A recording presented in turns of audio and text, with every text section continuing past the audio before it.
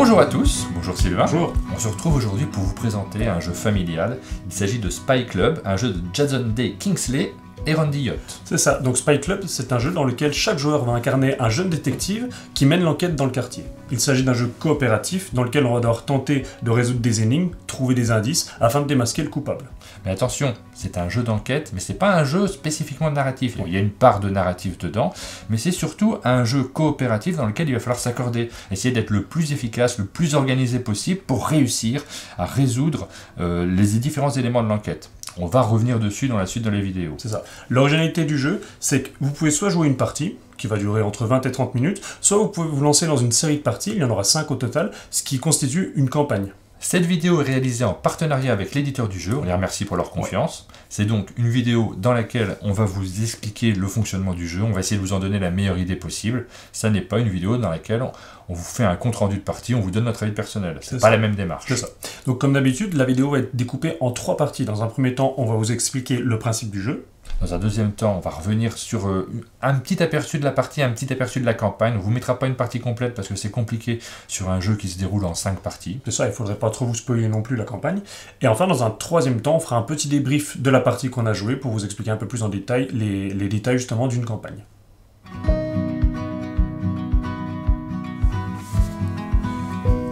Dans une partie de Spy Club, chaque joueur va incarner un adolescent, des adolescents qui vont unir leur intelligence pour essayer de résoudre une enquête. Et on retrouve les éléments habituels d'une enquête, le mobile, le suspect, le lieu dans lequel ça s'est déroulé, le délit qu'a commis le suspect et l'objet qu'il a utilisé.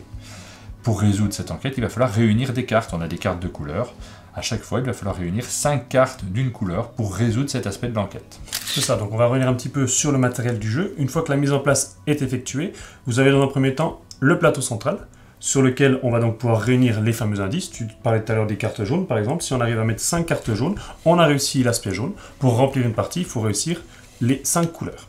On a également ici un pion, c'est un pion de fuite, c'est la piste d'évasion.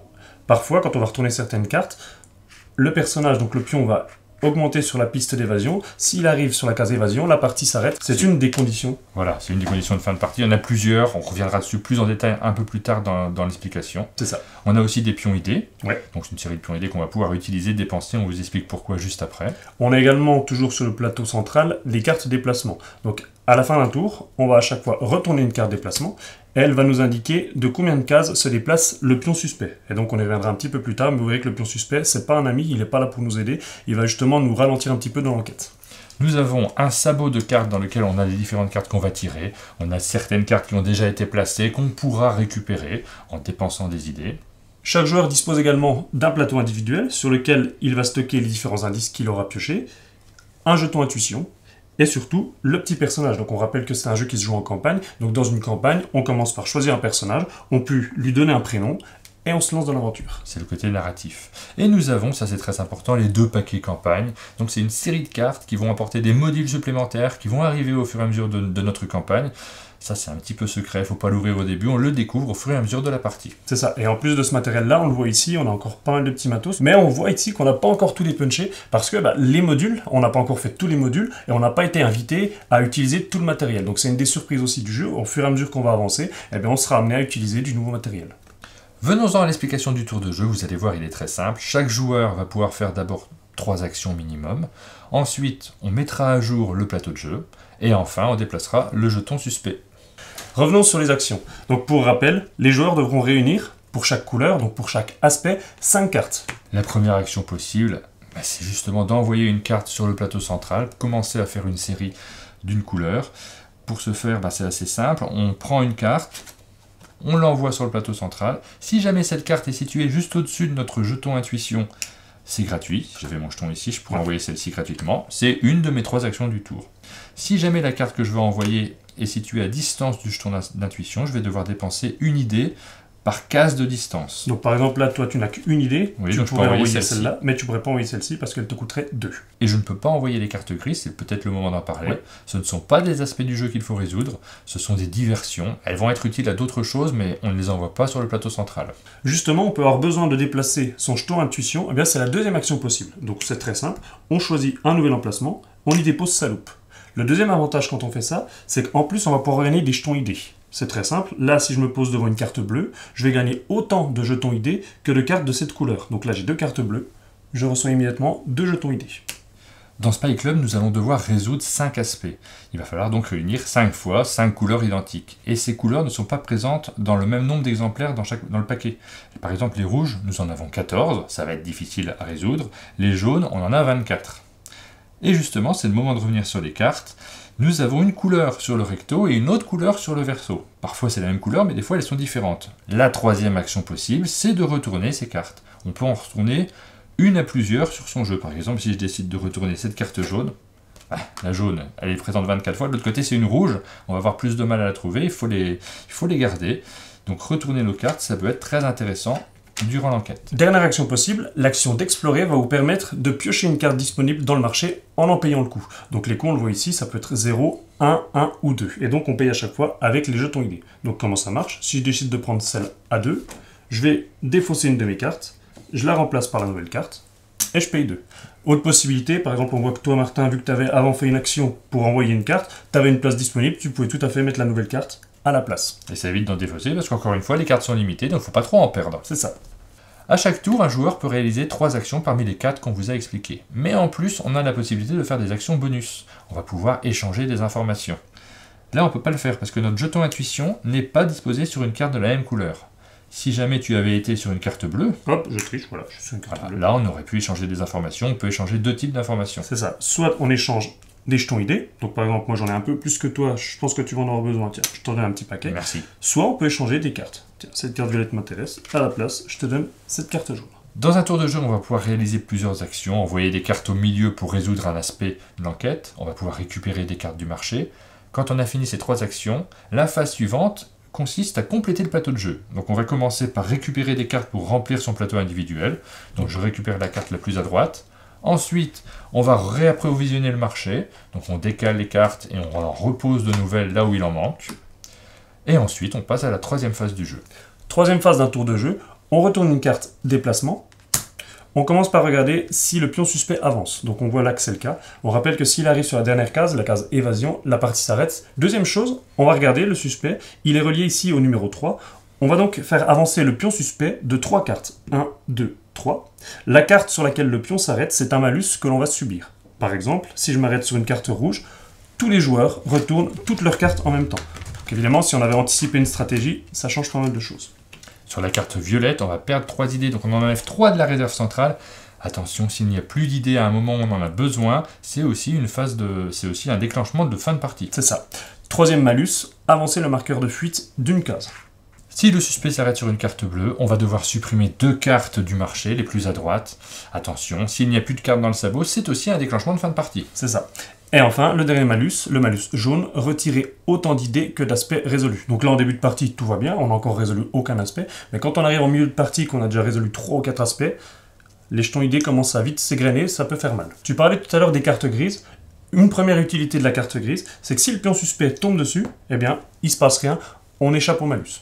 Donc elle nous embête parce qu'on ne peut pas les envoyer au milieu, mais d'un autre côté, si jamais le suspect s'arrête dessus, ça nous permet d'anticiper une situation un peu tendue. On en vient maintenant à la résolution d'un aspect de l'enquête. On voit ici qu'on a plutôt bien avancé sur le violet, on a 4 cartes, il en manque une, ça tombe bien, c'est à moi de jouer. Ma première action, je décide de prendre la carte violette, je l'envoie ici sur le plateau central, ça fait 5. Eh ben déjà là on fait la fête, il y a de l'ambiance autour de la table, on se tape dans les mains, voilà. On est content. Oui, on est plutôt content. La partie s'interrompt, il me restera bien 2 actions à jouer après. En revanche là, on va défausser toutes les cartes, sauf une. Celle qu'on garde, on voit ici le petit symbole, c'est un triangle. Le triangle correspond ici au chien. On défausse toutes les cartes, sauf le chien qu'on gardera. Et là, c'est un aspect narratif de l'histoire qui rentre en jeu. Les joueurs vont garder le chien parce que c'est lui le suspect de notre enquête. Et à partir de cette carte, on va pouvoir broder un petit peu. Autour de la table, les joueurs vont imaginer pourquoi ce chien a commis un délit, pourquoi on est en train d'enquêter dessus. On découvrira plus tard son mobile, son délit, son objet, l'objet qu'il a utilisé, le lieu dans lequel il a sévi. On va pouvoir discuter et cet aspect est très important. Ouais, j'ai hâte de voir ça, moi. Bah oui, parce qu'il y a de l'aléatoire, mais ce que se racontent les joueurs autour de la table, ça construit une petite enquête et ça marche très bien avec les plus jeunes. Vous savez maintenant comment se déroule un tour de jeu. Les joueurs vont jouer les uns après les autres, et si à un moment de la partie, on arrive à réunir les 5 aspects différents, c'est qu'on était super efficace, la partie s'arrête. C'est une des conditions de fin de partie, il y en a d'autres. S'il n'y a plus de cartes dans le sabot, la partie s'arrête également. Si on n'a plus d'idées qu'on doit en piocher, la partie s'arrête. Si jamais le jeton arrive sur l'icône évasion, la partie s'arrête. Et enfin, s'il n'y a plus de carte déplacement, on doit en tirer, la partie s'arrête. Dans ce cas-là, on n'aura pas forcément réuni les 5 aspects, on n'aura pas tout trouvé. Bah, on improvise les aspects qui nous manquent, on essaye quand même d'écrire notre histoire, ça fait partie du jeu, puisqu'il y a un petit aspect narratif, on essaye d'inventer l'histoire de notre enquête. C'est ça. Et si jamais on est en mode campagne, même si on n'a pas résolu tous les aspects d'une enquête, on continue à jouer la partie suivante. On va avoir un scoring, donc il va prendre en compte le fait qu'on ait trouvé tous les indices ou pas, et on continue à écrire notre histoire. C'est pas un problème, un mode campagne c'est 5 parties, pas davantage. Peu importe qu'on ait tout résolu ou pas. Les règles de base restent les mêmes, à savoir il faut réussir les 5 aspects pour remporter une partie, sauf que à la fin de cette partie-là, on va choisir parmi les 5 aspects qu'on aura gagnés, une carte. Par exemple, prenons le chien, on parlait du chien tout à l'heure, on va prendre le chien qui va déterminer un module qui va s'ajouter à la partie suivante. Donc comment ça marche? C'est très simple, le chien. On va ouvrir le livret, notre livret de règles du jeu, et à la page 17, on a toute une série de cartes qu'on a pu choisir. Donc si je regarde le chien, je vais dans les suspects, le chien c'est la carte numéro 20, je prends le paquet d'enquête, c'est là qu'on sort ce paquet-là, on va chercher la carte numéro 20, et cette fois-ci, on aura un événement, on va pas vous le dire maintenant, mais qui va nous rajouter un petit module supplémentaire sur lequel on va jouer, et ça sera propre à la partie suivante. Il y aura ce module-là, vous voyez qu'il y a vraiment beaucoup de cartes, on a 2 paquets complets, il peut y avoir beaucoup d'événements qui arrivent, on va jamais jouer les mêmes campagnes. C'est ça, et c'est ça la force du jeu, c'est qu'il faut vraiment imaginer que toutes ces cartes-là, c'est des modules différents, c'est à chaque fois des petites mécaniques différentes qui vont changer la partie, qui vont parfois même s'étaler sur plusieurs tours, nous donner des équipements, des objets en plus. On en reviendra un peu plus tard. Je te propose justement de passer directement à la deuxième partie de la vidéo et de faire une campagne. On se retrouve pour la partie et on va commencer notre enquête avec notre groupe d'enfants, mais on ne connaît pas nos enfants. Il va falloir qu'on les choisisse. On a toute une galerie de personnages et chacun va choisir un personnage, lui donner un nom. Pour l'instant, ils n'ont pas de nom. Ah oui. Et on va faire notre groupe d'aventuriers. Lily, Ouais. tu veux qui? Elle. Très bien. Moi, je vais prendre elle. Donc tu prends une étiquette et tu vas marquer son nom dessus. On peut enlever l'étiquette et on peut ensuite rejouer au jeu en changeant les noms. Ah, il est là. Et toi? Bah, je sais pas encore. Ouais, moi je vais prendre le personnage bleu. Alors, je vais lui trouver un nom. Comment? Potrick. Potrick? Mais c'est Patrick, pas Potrick. Je me suis trompé. On a nos 3 personnages qui sont partis pour l'aventure. Moi, je vais incarner Potrick. Potrick, il a des jumelles. Je pense que c'est un aventurier qui va vraiment nous servir pour résoudre cette enquête. Très bien. Toi, tu incarnes. Moi, j'ai pris une blonde qui me fait penser un peu à ma femme et je l'ai appelée Jean-Jacques. Et toi, Lily, tu incarnes.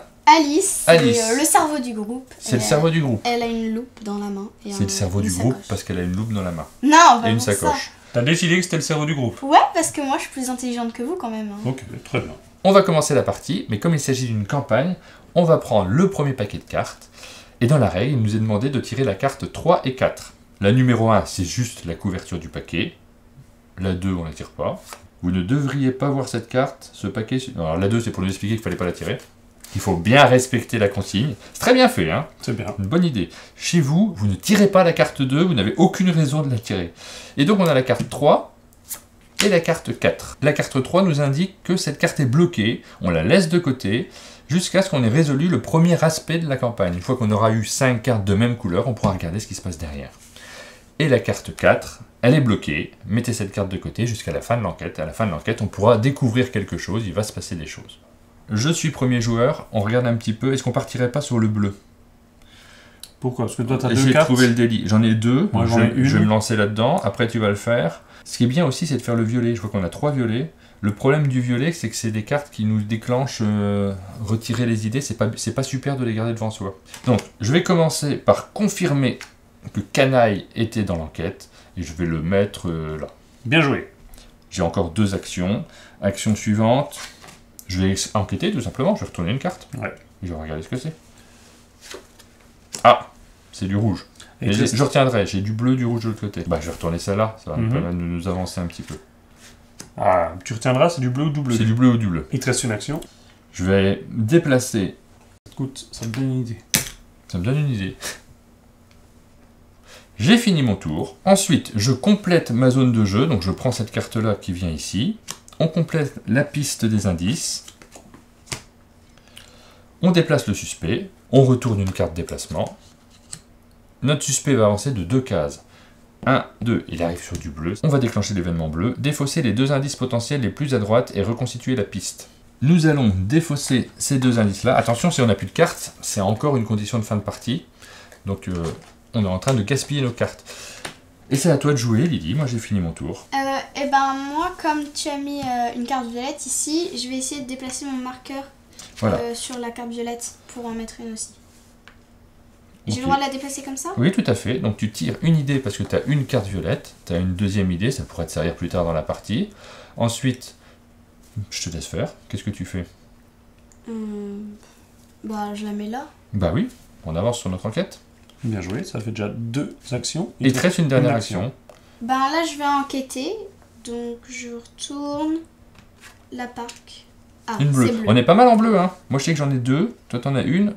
T'en Il y en a une qui va arriver là. Mais celle-ci, c'est du bleu derrière, je me Ah rappelle. oui, c'est vrai. Et toi, t'as une bleue aussi. Il y en a une qui va arriver. Ouais, on aurait peut-être pu commencer par le bleu. On a fini ton tour de jeu, donc on va compléter ta main. Tu prends une nouvelle carte jaune. Ensuite, on fait glisser ici.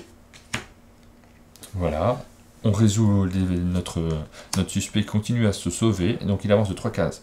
1, 2, 3. Événement jaune. Il est fatigué. On va retirer autant d'idées que d'aspects résolus. Tout va bien. Ça va bien, on n'a rien résolu. Pour l'instant, on a commencé le premier aspect, mais il n'est pas résolu. Parfait, et c'est à toi de jouer. Ok, bon, je vais continuer sur la même logique. Je vais déjà commencer par déposer la carte. Plus que ici. 2. Plus que 2, on aura le violet, ouais. Et ensuite, je vais faire pareil, je vais retourner pour trouver d'éventuelles violettes. Donc là, j'ai jaune, si je retourne ici, c'est rouge, et si je retourne ici, c'est bleu et violet. Pas mal. Donc là, on sait qu'on a un violet. Je vais on va compléter ça. Hop. Mon tour est terminé, j'ai fait mes 3 actions. On glisse. Le suspect Avance de 3 cases. avance encore de 3 cases, donc il est chez On moi. a une nouvelle couleur. 1, 2, 3. Bonjour. Violet. Retirer 3 idées. Ah, ça embête quand même. Bah oui, ça c'est un peu embêtant. Faut pas le faire trop souvent. On peut le faire une fois de temps en temps, parce qu'on a quand même pas mal d'idées en réserve, mais faut pas le faire trop souvent. Très bien, je vous propose de plus le faire. Bon, on va le faire. Et c'est à toi de jouer. Je vais retourner ça. Ouais. Je vais explorer. J'espère que c'est un violet. Bravo. C'est un gris. C'est un gris. C'est un gris. Donc le gris, ça ne nous sert pas à grand chose. Oh, il y a un chat. C'est génial. Très bien. Il me reste 2 Voilà. actions. Qu'est-ce que je vais faire? Je vais déplacer mon marqueur.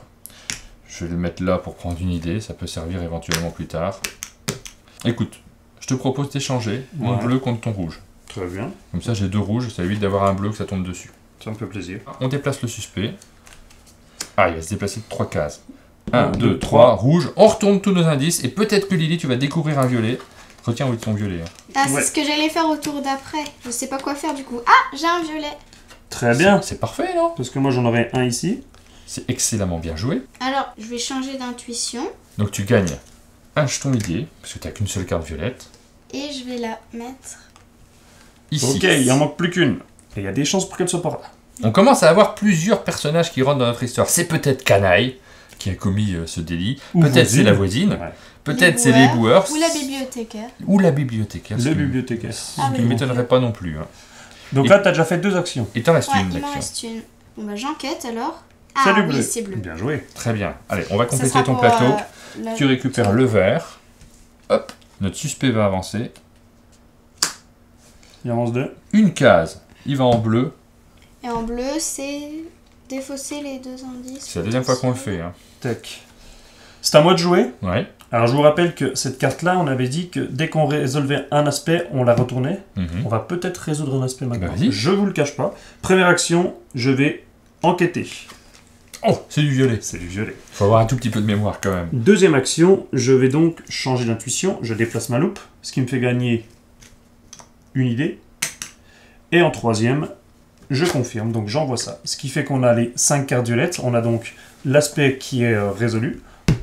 On peut immédiatement retourner cette carte, ce que je vous rappelle qui a marqué, quand vous l'aurez résolu, retournez cette carte. Alors juste avant, on va résoudre vraiment l'aspect. Il faut savoir lequel des personnages est concerné par notre enquête. Pour le savoir, on regarde la dernière icône de la dernière carte suspect. C'est un carré. Donc, le carré, je le savais. C'est le bibliothécaire. C'est lui qui a commis cet horrible délit. Les jumelles...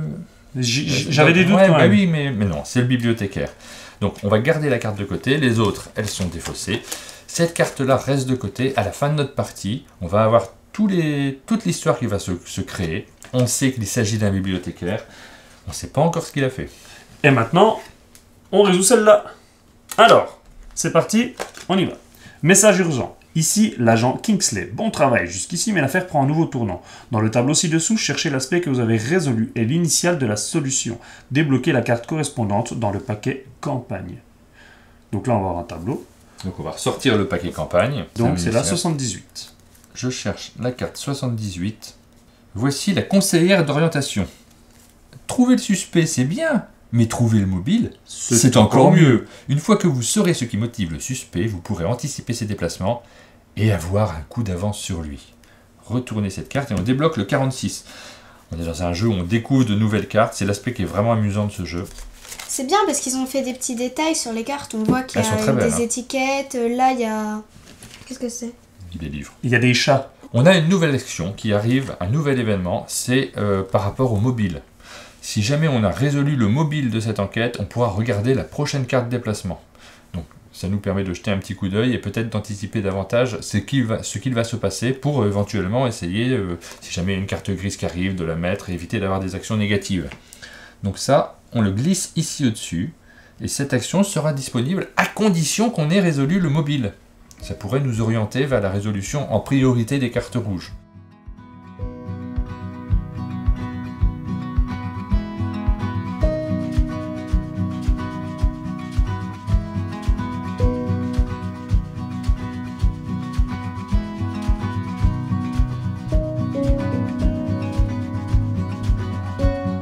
On a terminé notre enquête numéro 1, donc on prend le petit carnet, on va noter l'aspect que l'on a résolu, donc c'est le suspect, c'est ça hein? C'est ça, en violet c'est le suspect. Je marque suspect. La solution, c'est le bibliothécaire.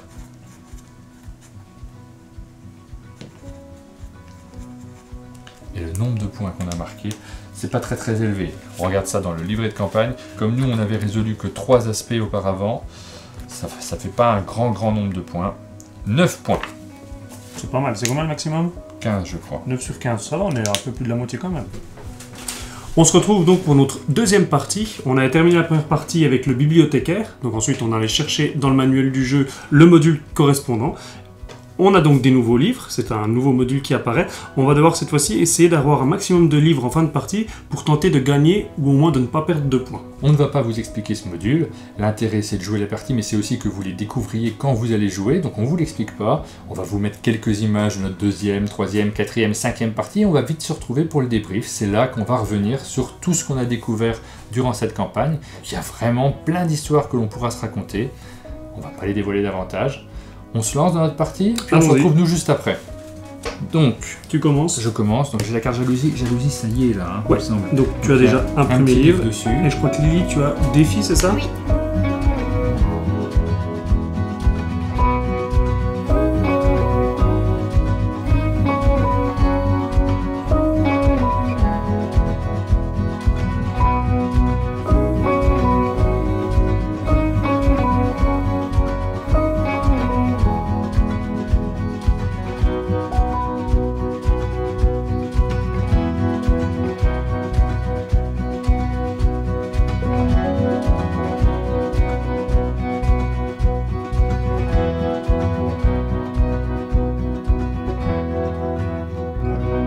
On arrive à notre rubrique débrief. On va débriefer notre campagne. On a vécu une campagne, c'est pas celle que vous allez vivre. Vous allez vivre une campagne complètement différente.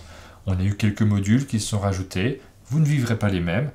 Et on a vécu une campagne assez glorieuse. Hein. On s'en est très bien sorti. Ouais, un peu grâce à moi. Bah, surtout grâce à moi. Non. Vous avez peut-être ce qu'on a noté. Sylvain doit penser à jouer intelligemment. Il y a une partie note. Tu te rappelles, il a fallu qu'on le note parce que ça marchait pas du tout. Donc vous l'avez peut-être vu également pendant nos parties, c'est qu'on a commencé à 3 avec Lily. Ensuite, il y a Aline qui est venue s'ajouter à la partie. C'est ça qui est bien, c'est que même si on vit une campagne, donc 5 parties, on n'est pas obligé de la faire toujours avec les mêmes personnes. On peut faire évoluer ça également. Mais c'est l'un des gros intérêts de ce jeu, c'est qu'il se joue très bien avec des enfants. Alors pas juste les enfants entre eux, parce qu'il y a quand même un aspect de règles qui est important, on ne veut pas vous mentir là-dessus. Il faut qu'il y ait un adulte qui lise les règles. Pour Lily, elle n'allait pas lire les règles, elle n'allait pas découvrir le fonctionnement. Ouais. Mais avec nous, c'est un plaisir de pouvoir jouer des adultes et des enfants ensemble. Et c'est possible, sur une partie, d'être à 4 alors qu'on a commencé à 3, ou alors qu'un joueur s'en aille parce qu'il ne peut pas continuer et que quelqu'un d'autre vienne. Bon. C'est possible aussi. Donc ça, c'est un atout de ce jeu-là. c'est tout à fait possible de varier le nombre de joueurs d'une partie à l'autre. C'est ça. On va revenir rapidement sur les modules. Alors, on va pas vous les expliquer, on va pas vous les montrer, parce que c'est aussi une des surprises du jeu de les découvrir. On va quand même s'intéresser un petit peu au manoir.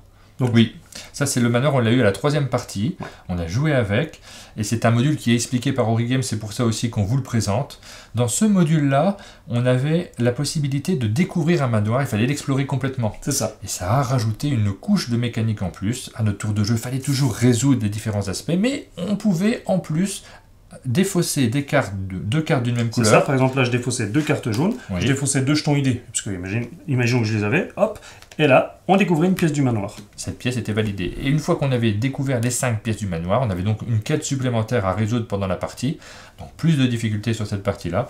On avait un petit cadeau bonus, on découvrait le colonel, peut-être le colonel Moutarde, à mon avis il y a une petite référence au Cluedo. Le colonel retraite, donc il est là qui nous donne un petit texte de remerciement. Et également, on va pas le faire ici, mais vous voyez, il faut retourner la carte pour avoir une surprise. Donc là, en l'occurrence, c'est un équipement qui va nous suivre ensuite pour le reste de la partie et qui aurait été bien utile pour soi. Oui, on s'en est énormément servi, c'était vraiment très utile.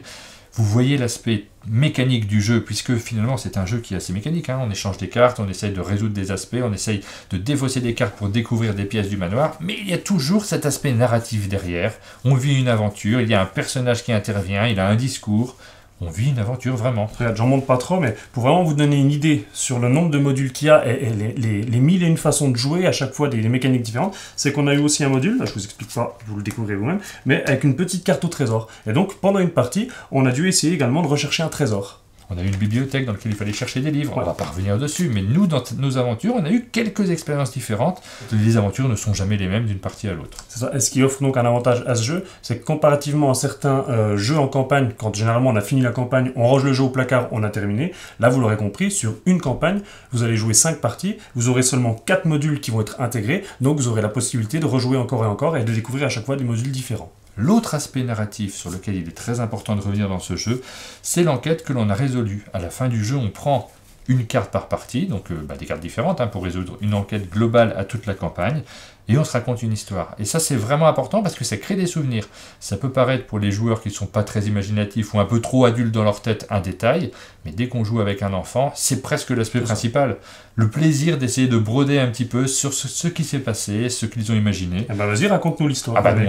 À la première partie, on a découvert le bibliothécaire. Le suspect, c'était le bibliothécaire. Voilà, c'est sur lui qu'on a enquêté. On a trouvé qu'il était un peu louche, on a voulu en savoir davantage sur lui, on a poursuivi notre enquête. Nous avons découvert qu'il avait fait une effraction.